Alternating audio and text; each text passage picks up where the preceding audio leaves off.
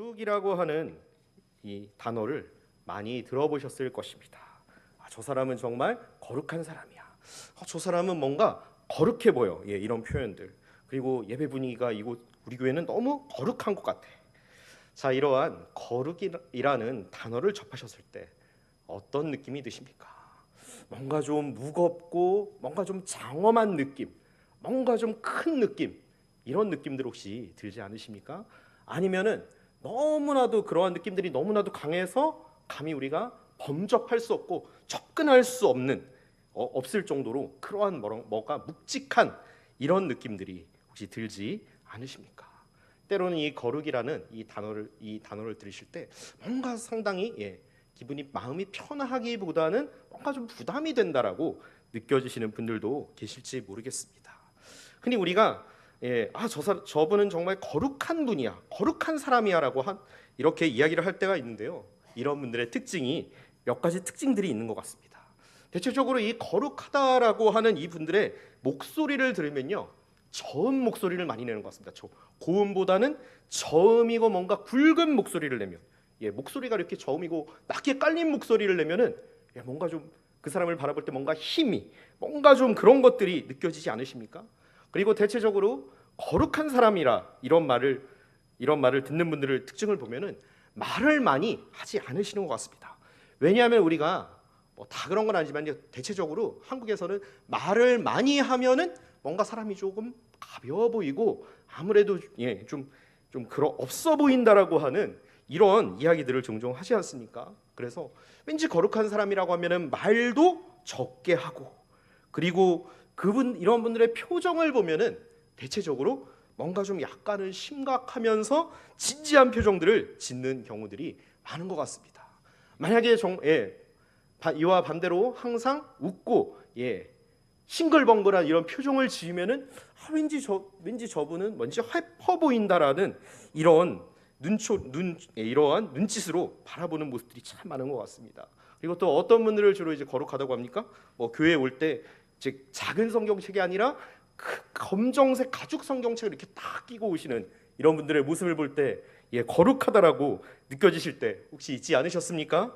아니면은 이제 예배 드리러 올 때 복장, 이런 분들을 보면 복장도 검정색 정장을 잘 차려서 갖춰 입는 이런 모습들이 많은 것 같습니다.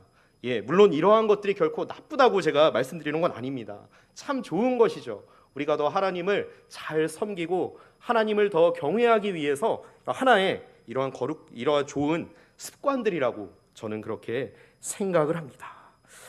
근데 이런 분들을 보면 뭔가 달라 보이죠. 그런데 저는 한번 이런 질문을 한번 드려보고 싶습니다. 과연 이런 모습으로 살아가는 것, 뭔가 이제 저음 목소리를 내고 정말 진지한 표정을 짓고 뭔가 복장을 잘 차려입고 큰 성경책을 꼭 들고서 예배당에 나오는 것, 이러한 모습들이 곧 거룩한 성도의 증거라고 할 수 있겠습니까? 근데 실제로 이 거룩이라고 하는 이 단어의 뜻은 구별되다라고 하는 의미를 지니고 있습니다. 자, 그렇다면은 성경에서 말하는 이 거룩의 의미는 무엇이겠습니까? 성경은 하나님을 가리켜서 이렇게 말씀합니다. 하나님을 가리켜서 거룩하신 분이라고 이렇게 말씀을 하고 있죠. 자, 우리가 오늘 읽었던 본문에서도 하나님을 가리켜서 이렇게 말씀합니다. 나 여호와 너희 하나님이 거룩함이니라. 자, 거룩하신 하나님, 우리 교회를 다니시면서 이 표현을 상당히 많이 들어보셨을 것입니다. 근데 성경에 보면은 이 거룩하신 하나님을 만난, 이렇게 거룩하신 하나님을 배웠던 한 선지자가 있습니다. 그 선지자의 이름은 바로 이사야 선지자입니다.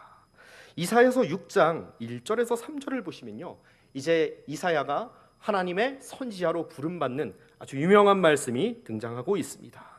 이때 이사야는 자신이 본 하나님의 모습을 가리켜서 이사야서 6장 1절에서 3절 말씀에서 이렇게 표현하고 있습니다.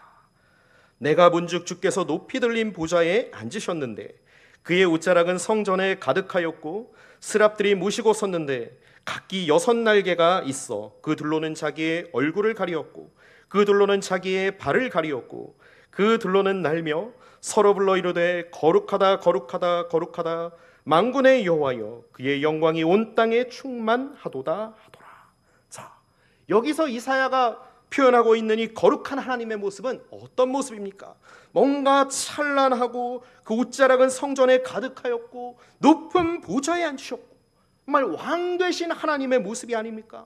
뭔가 위엄이 있고 장엄하여서 감히 접근할 수조차 없는 그러한 하나님 앞에 감히 설 수조차 없는 이러한 무시무시한 그런 위엄 있는 하나님의 모습이 아닙니까? 이러한 하나님의 모습을 본 이사야는 5절에서 이렇게 고백합니다. 화로다 나여 망하게 되었도다.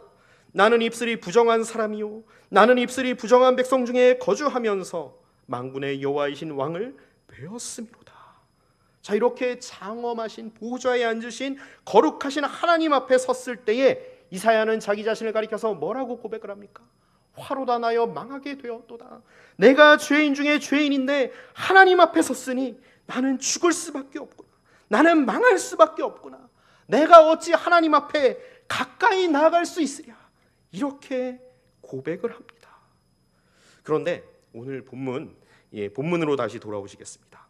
우리 오늘 본문 2절 말씀을 우리 같이 다시 한 번 더 읽으시겠습니다.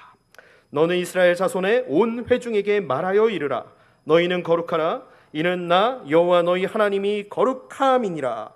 자, 여기서는 누구를 향하여서 너희 또한 거룩하다라고 말씀합니까? 하나님의 백성들인 이스라엘 백성들을 가리켜서 너희는 거룩하라라고 이렇게 말씀하고 있습니다.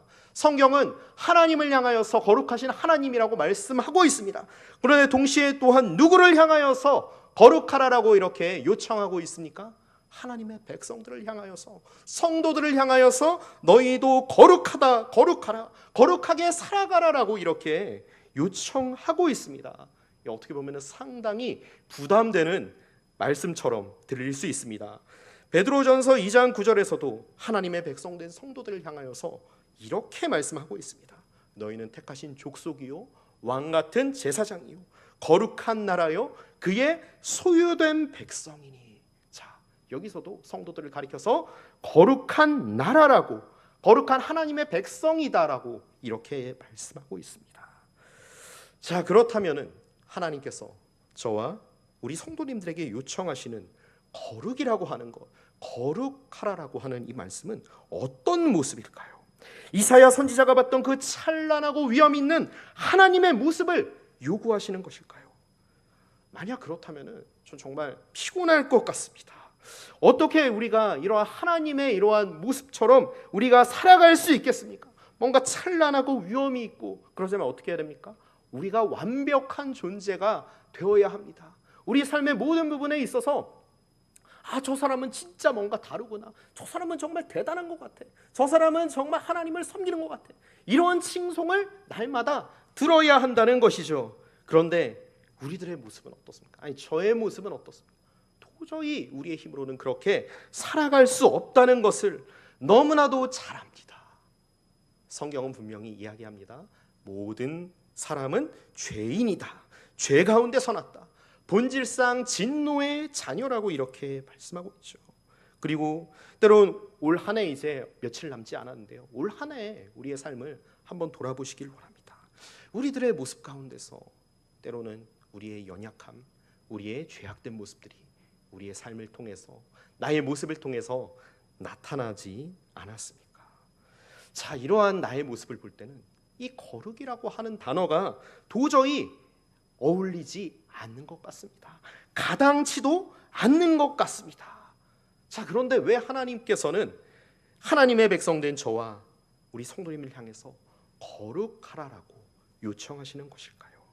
자, 여기서 거룩이라고 하는 단어는요, 아까도 제가 서두에서 말씀드렸지만 구별되었다라는 그런 의미가 있습니다. 특별히 더 나아가서 이 성경에서 말씀하고 있는 이 거룩이라고 하는 것은요, 하나님께서 우리를 특별한 목적에 따라서 특별한 용도로 구분하여서 우리를 지정하셨다라고 하는 의미가 있습니다.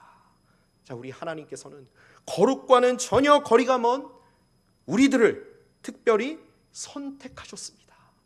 하나님의 백성으로 선택하셨지요. 왜 그렇습니까?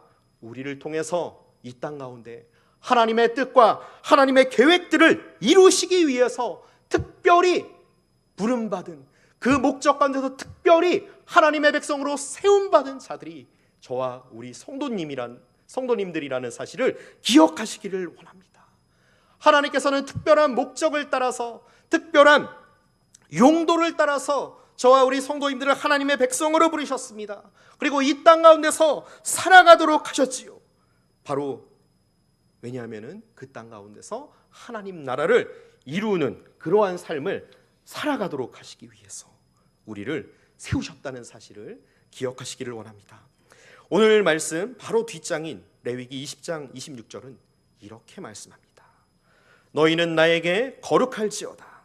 이는 나 여호와가 거룩하고 내가 또 너희를 나의 소유로 삼으려고 너희를 만민 중에서 구별하였음이니라. 아멘.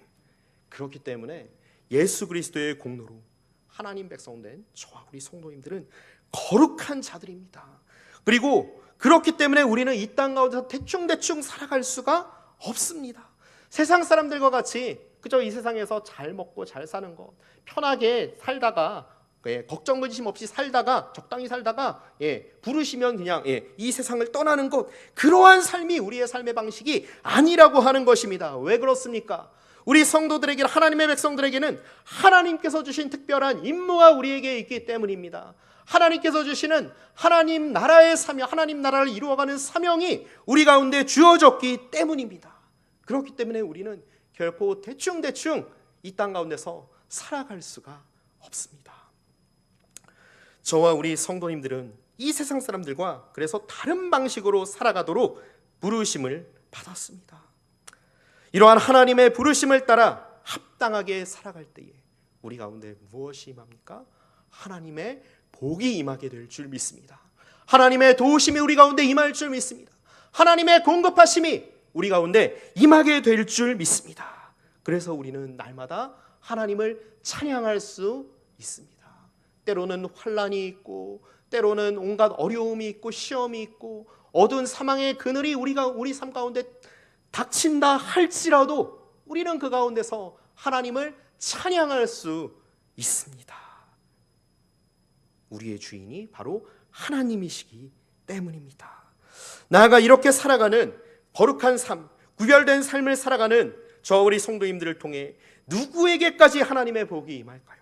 천하 만민에게까지, 하나님께서 아브라함에게 주셨던 그 약속처럼 세상 모든 민족에게까지 그 복이 임하게 될 줄 믿습니다. 오늘 본문 바로 앞장인 레위기 18장 3절에서 5절은 이제 출애굽한 이스라엘 백성들 향해, 사실 이 레위기 말씀이 출애굽한 이스라엘 백성들에게 주시는 하나님의 말씀이 아닙니까? 이렇게 말씀하고 있습니다. 레위기 18장 3절에서 5절 말씀입니다. 너희는 너희가 거주하던 애굽 땅의 풍속을 따르지 말며 내가 너희를 인도할 가나안 땅의 풍속과 규례도 행하지 말고 너희는 내 법도를 따르며 내 규례를 지켜 그대로 행하라. 나는 너희의 하나님 여호와이니라. 너희는 내 규례와 법도를 지키라. 사람이 이를 행하면 그로 말미암아 살리니 나는 여호와이니라. 자, 하나님께서는 하나님의 백성인 이스라엘 백성들에게 누구의 방식을 따라서 살아가라고 말씀하십니까? 하나님의 방식을 따라서 살아가라고 말씀하십니다. 내 법도를 따르고요, 내 규례를 지키는 삶을 살라, 내 말씀을 지키는 삶을 살아가라라고 이렇게 말씀하고 있습니다. 그러면서 누구의 삶의 방식을 따르지 말라고 말씀하시냐면요, 애굽 사람들의 삶의 방식을 따르지 말아라. 가나안 사람들의 삶의 방식을 따르지 말아라. 그들의 풍속을 따르지 말고 그들의 규례를 따르지 말라라고 하나님께서는 말씀하십니다. 바로 오늘날 우리의 상황에 비추어 봤을 때는 이 세상의 풍습을 따라 살아가지 말라고 하는 것이죠. 세상 사람들처럼 자신의 욕망을 따라 추구하는 삶을 살아가지 말라는 것입니다. 돈에 소망을 두지 말라고 하는 것입니다. 자녀들을 어떻게 하면 잘 키워서 자녀들을 통해서 내가 잘 될 수 있을까? 이런 것을 꿈꾸지 말라라고 하는 것이죠. 우리 중심에 무엇을 두라고 하신 겁니까? 주인된 나를 기억하라라고 하는 겁니다. 나의 말씀을 따라서 살아가려는 것이죠. 이것이 진정한 거룩이요, 거룩한 삶인 줄 믿으시기를 바랍니다. 하나님께서는 거룩한 백성으로 살아가는 것이 무엇인지 우리 말씀 곳곳에서, 성경 곳곳에서 이제 말씀하고 있는데요. 특별히 구약에서는 율법을 통해서 말씀하십니다. 그리고 신약에서는 예수님과 사도들의 가르침을 통해서 우리에게 말씀하십니다. 너희는 하나님 백성답게, 거룩한 백성답게 살아가야 하는데 이렇게 살아가야 한다. 물론 이제 여러 가지 가르침들이 참 많습니다. 특별히 레위기 가운데도 얼마나 많은 율법 조항들이 있습니까? 그런데요, 이 거룩한 백성의 삶을 단 두 마디로 요약할 수가 있습니다. 바로 하나님 사랑과 이웃 사랑입니다. 오늘날 우리가 살아가고 있는 이 세상은 점점 더 이기적인 곳으로 되어가고 있습니다. 무정한 곳이 되어져 가고 있죠. 다른 사람들을 돌아보면서 함께 섬기며 함께 더불어 살아간다는 것은 정말 시대착오적이고 이제는 정말 사치에 가까운 그런 삶이 되어져 가고 있습니다. 많은 사람들이 자기밖에 모르는 삶을 살아갑니다. 어떻게 해서든 다른 사람들을, 때로는 그 대상이 나의 친구가 될 수 있고 나의 가족이 될 수 있고 나의 동료가 될 수 있지만 그들을 짓밟고서라도 그들을 경쟁해서 넘어뜨리면서까지도 내가 이겨야 하는, 내가 살아야만 하는 이러한 삶을 살아가고 있지 않습니까? 자, 이러한 세상 속에서 우리가 하나님께서 기뻐하시는, 하나님께서 명령하시는 거룩한 백성으로 살아간다는 그러한 삶은 무엇으로 나타나겠습니까? 오늘 말씀 레위기 19장은요, 이 시대를 살아가는 저와 우리 성도님을 향해서 거룩한 삶의 모습을 아주 구체적으로 제시하고 있습니다. 우리 한번 레위기 19장을 한번 피시면서 한번 같이 살펴보셨으면 좋겠습니다. 자, 3절과 32절 말씀을 한번 보시면요, 이런 말씀이 있습니다. 너희 각 사람은 부모를 경외하고 안식일을 지켜라. 그리고 32절 말씀 이렇게 나와 있죠. 너는 샘머리 앞에서 일어서고 노인의 얼굴을 공경하며 내 하나님을 경외하라. 자, 3절과 32절에서 하는 말씀은 무엇이냐면요, 부모와 어른을 공경하는 삶을 살아가라라고 이렇게 말씀하고 있습니다. 자, 그 다음에 9절과 10절 말씀을 한번 보시겠습니다. 이렇게 말씀하고 있습니다. 너희가 너희의 땅에서 곡식을 거둘 때에 너는 밤 모퉁이까지 다 거두지 말고 내 떨어진 이삭도 다 줍지 말고 내 포도원의 열매를 다 따지 말아라. 가난한 사람과 거류민들을 위해서 남겨두라라고 이렇게 말씀을 하고 있습니다. 자, 이것은 무엇을 말씀하고 있냐면요, 이웃과 함께 나누며 섬기는 삶을 살아가라, 베푸는 삶을 살아가라, 내 주머니만 채우는 삶을, 그런 이기적인 삶을 살아가지 말라라고 하나님께서는 말씀하고 계십니다. 그리고 11절과 12절 말씀입니다. 이렇게 말씀합니다. 너희는 도둑질하지 말며 속이지 말며 서로 거짓말하지 말며 너희는 내 이름으로 거짓 맹세함으로 내 하나님의 이름을 욕되게 하지 말아라. 자, 여기서 보면은 도둑질하지 말아라, 거짓말하지 말아라, 거짓 맹세하지 말아라, 이런 말씀이 나와 있죠. 사실 이러한 죄들의 모습은 관계 속에서 나타나는 것입니다. 관계 속에서 어떻게 하면 저 사람과의 관계 속에서 내가 이길 수 있을까, 내가 더 이익을 볼 수 있을까, 어떻게 하면 내가 더 하나라도 더 챙길 수 있을까, 이런 궁리를 하다 보니까 무엇이 나옵니까? 도둑질을 하게 되는 것이죠. 서로 속이게 되는 것이죠. 그리고 거짓 맹세하게 되는 것이죠. 11절과 12절에서 말씀하고 있는 것은요, 너희가 이해 관계를 따지지 말고 너희의 관계 가운데서 정직하게 관계를 맺는 삶을 살라고 하나님께서는 말씀하십니다. 다음에 네 번째로 13절 말씀을 한번 보시겠습니다. 13절은 이렇게 말씀합니다. 너는 내 이웃을 억압하지 말며 착취하지 말며 품꾼의 싹을 밤까지 밤새도록 내게 두지 말며. 자, 이것은 무슨 말이냐면요, 가난한 자들을 억압하지 말라고 하는 것입니다. 내가 가진 지위로 다른 사람들을 멸시하고 갑질하지 말라고 하는 것이죠. 착취하지 말라고 하는 것이죠. 그들 또한 동등되게 대하라고 하나님께서는 말씀하고 계십니다. 즉 다른 표현으로 말하면 경제 정의를 실현하라고 이렇게 말씀하십니다. 그 다음에 다섯 번째로 15절과 16절 말씀입니다. 여기에서는 하나님께서 이렇게 말씀합니다. 너희 재판할 때에 불의를 행하지 말아라. 가난한 자의 편을 들지 말고 반대로 세력 있는 자라고 두둔하지 말고 공의로 사람을 재판하라. 그리고 백성 중에 돌아다니면서 사람을 막 비방하지 말고 내 이웃의 피를 흘려 이익을 도모하지 말라라고 말씀합니다. 이것은 무슨 말이냐면요, 공정하게 재판해라. 그리고 함부로 판단하지 말아라. 함부로 코드 인사하지 말아라. 내 마음에 든다고 해서 어떤 사람을 너무 편애하지 말라라고, 공정하게 판단하며 살아가라라고 하나님께서는 말씀하고 계십니다. 그다음에 여섯 번째로 20절 말씀을 보시면 이런 말씀이 있습니다. 만일 어떤 사람이 다른 사람과 정혼한 여종, 곧 아직 속량되거나 해방되지 못한 여인과 동침하며 설정하면 그것은 책망을 받을 일이니라. 이것은 무슨 말이냐면요, 성적으로 순결한 삶, 정결한 삶을 살아가라라고 말씀하십니다. 참고로 오늘 19장 바로 앞에 18장 20절과 그리고 22절에서 23절 말씀을 보시면요, 여러 가지 성적 타락의 모습들이 나옵니다. 짐승과 성행위를 하는 수간의 모습이 나오고, 그리고 요즘 아주 이슈가 되고 있는 인권 문제로까지 막 믿지 않은 사람들이 이야기를 하면서 동성애 문제 얼마나 큰 이슈가 되고 있습니까? 이러한 여러 가지 다양한 성적 타락의 모습들을 따르지 말라라고 하나님께서는 말씀하십니다. 그 다음에 일곱 번째로 33절에서 34절 말씀을 보시면 이런 말씀이 있습니다. 거류민이 너희의 땅에 거류하여 함께 있거든 너희는 그를 학대하지 말고 너희와 함께 있는 거류민을 너희 중에서 나은 자 같이 여기며 자기같이 사랑하라. 자, 여기서 나오는 말씀은요, 주변의 약자들을 돌아보며 그들을 섬기며 그들과 함께 나누는 삶을 살아가라고 하나님께서는 말씀하고 계십니다. 그 다음에 마지막 여덟 번째로 35절과 36절을 보시면 이렇게 말씀합니다. 너희는 재판할 때나 길이나 무게나 양을 잴 때 불의를 행하지 말고 공평한 저울과 공평한 추와 공평한 에바와 공평한 흰을 사용하라. 이것은 무슨 말씀이냐면요, 너희가 특별히 사업을 할 때에 아니면 직장에서 일을 할 때에 불로이윤을 취하지 말아라.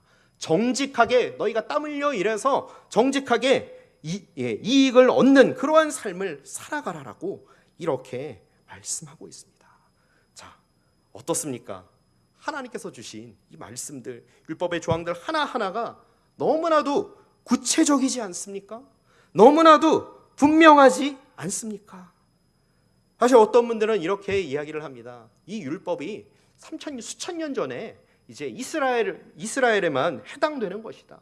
지금은 시대도 많이 바뀌었고 환경도 바뀌었으니까 이 율법은 우리와 너무나도 동떨어진 것 아니냐, 이렇게 말씀하시는 분들이 있는데요, 그렇지가 않습니다.